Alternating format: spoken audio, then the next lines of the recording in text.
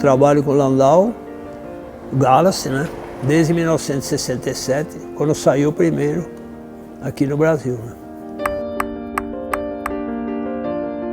Bom, o projeto do Galaxy custou para a Ford 3 vezes mais do que o projeto do Mustang, que foi um carro de um sucesso estúpido, né? E era um carro full size, mas era o carro que ia vender bastante. Um carro para a família, um carro que depois se provou tão bom que os táxis usavam, a polícia usava. Esse carro, muita gente parou de importar carro por causa da vinda do Galaxy, porque ele não ficava devendo para carro nenhum. Ele era o modelo, quando ele foi lançado aqui, ele foi lançado nos Estados Unidos, acho que um ano antes. Então praticamente era um modelo muito atual. E o pessoal que comprava eram empresários, fazendeiros e tinha muita procura no carro. Então a concessionária fazia o seguinte, tinha tanta procura que eles separavam uma parte dos carros para vender para quem era frotista de caminhão Ford, né? Então o sujeito comprava lá uma frota, ele tinha direito a comprar um Galaxy, não tinha para vender, né? Esse carro que está aqui foi comprado por um sobrinho meu. Na época ele usava uns carros novos e ele gostou do Landau. Eu falei, eu quero comprar um. Já era um carro usado, mas ele tinha muito medo de acontecer alguma coisa. Então ele, na época, ainda encontrava peças originais em concessionária. Então ele comprou tudo que ele achou, amortecedor, carburador, suspensão, tudo que ele achou e mandou trocar no carro. Eu falei, mas não precisa. O carro estava com 30 mil quilômetros, 20 mil quilômetros, está perfeito, não precisa nada, mas eu quero, troca, bucha de bandeira, trocou tudo. Aí o carro tinha um estofamento perfeito de tecido. Ele falou, vou fazer de couro. Eu falei, mas o carro não vinha de couro, de fábrica. Deixa original, valoriza mais. Não. Eu tenho criança pequena, isso aí já tem, sei lá, 3, 4 anos, deve ter ácaro, não quero, vamos fazer de couro. Aí fez. E então o carro ficou excepcional. Aí o Batistinha pintou, poliu, e o carro era perfeito, não tinha ferrugem, não tinha nada, e continua até hoje. Então é um carro fora do comum, ele tem baixa quilometragem, as peças são todas mais novas possíveis, né? E o Galaxy hoje, quem quiser usar, vai usar e quando tiver gasolina ele vai rodar, porque não tem nada eletrônico, não tem nada de plástico, é um carro simples, não precisa ferramenta especial para trabalhar nele, o acesso é fácil, tudo nele é bom de mexer. Então se existir gasolina, os teus netos vão poder andar num Galaxy, porque ele vai continuar, né? Não tem por que ele parar. Não tem nada que, como os carros modernos, você tem sensores, você tem módulo, você tem uma série de eletrônica embarcada que vai ter uma hora que a fábrica não vai repor isso. Daqui a 10 anos eles não vão repor mais, porque não está fabricando, não vai mexer, né?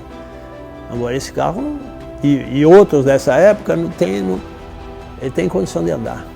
Esse carro ele ficou muito tempo desvalorizado, abaixo da condição que ele merecia estar, por ser um carro, o melhor carro nacional, o mais luxuoso, o único full size feito no Brasil. Então ele ficou abaixo, mas ultimamente parece que o pessoal percebeu isso e o carro deu um aumento de preço, quase que dobrou. Então o carro está bem valorizado, um carro desse em bom estado, hoje custa um valor bem alto, né?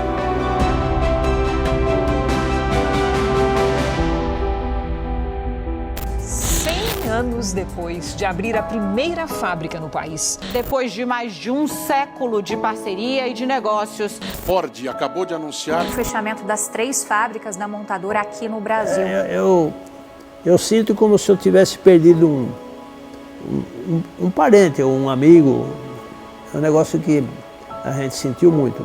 Que a Ford, com 102 anos no Brasil, teve sempre os melhores carros do mercado, na faixa deles. Os carros sempre foram carro de sucesso e carro com qualidade, né? Então a gente fica chateado. E uma série de coisas de atitudes que a Ford tomou no Brasil que a gente não entende. Deve ter algum problema que a gente não conhece, não sei. Mas parece que não é só no Brasil, parece que pararam na Austrália e outros lugares, eles estão fazendo alguma coisa que deve estar sendo necessária que a gente não está percebendo. Então eu não entendi jogar fora uma situação dessa, mas uma coisa eu digo, eu não vou deixar de andar de Ford enquanto eu puder dirigir e puder ter um carro, vai ser um Ford e ele vai andar.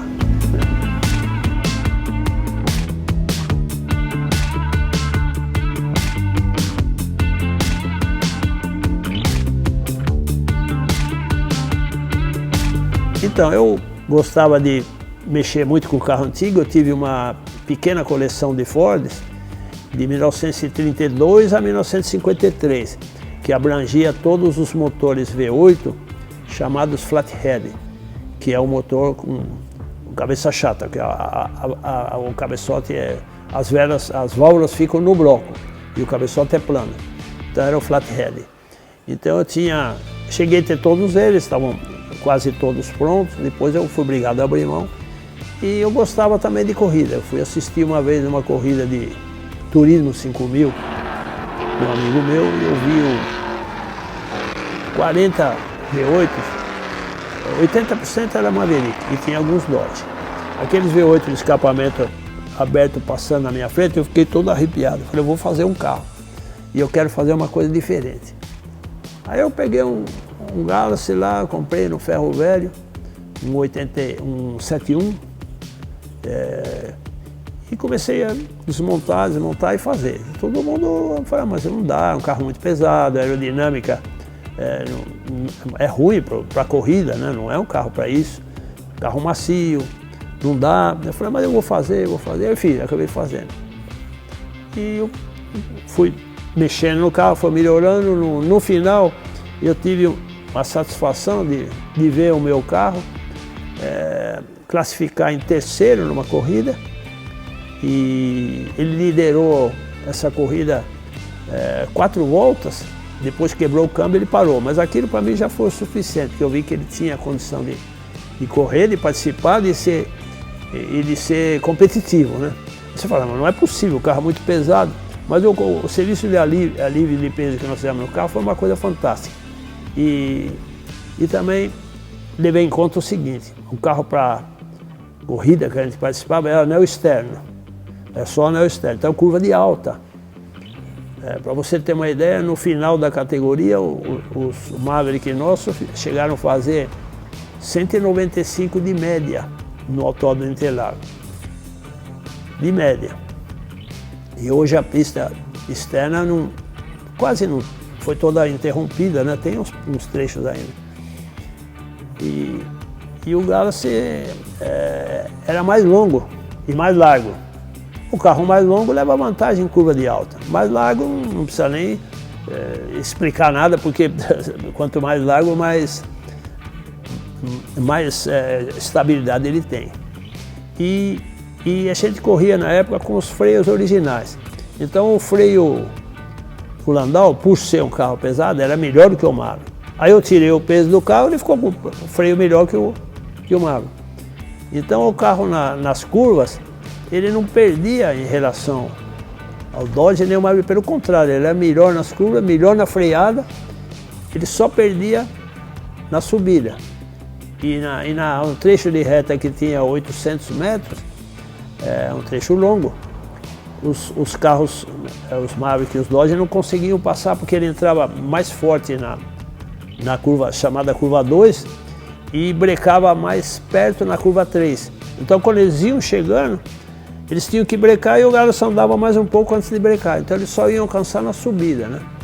Mas na subida já logo tinha uma curva à esquerda e ele conseguia se manter. Se tivesse continuado a correr com esse carro, com o piloto que nós emprestamos o carro na última corrida, com certeza o carro ia brigar pelas primeiras posições, né? Uma coisa que ninguém acreditava, né? O motor era um 302, o câmbio era um câmbio de Maverick 4 marchas, do V8, o diferencial era original, o carro era todo rebaixado e a carroceria eu soldei em cima do chassi, foi toda soldada, então ele virou um monobloco para ficar mais firme, né? Para não torcer para a curva de corrida.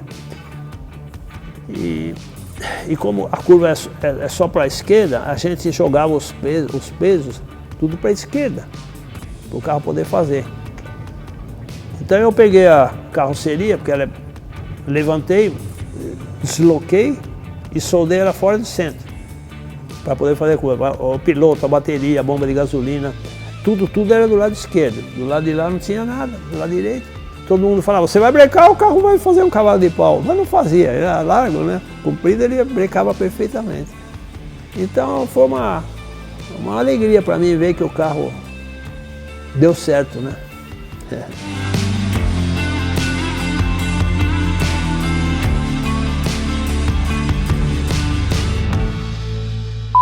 Teve uma ocasião que a gente presenciou uma história lá.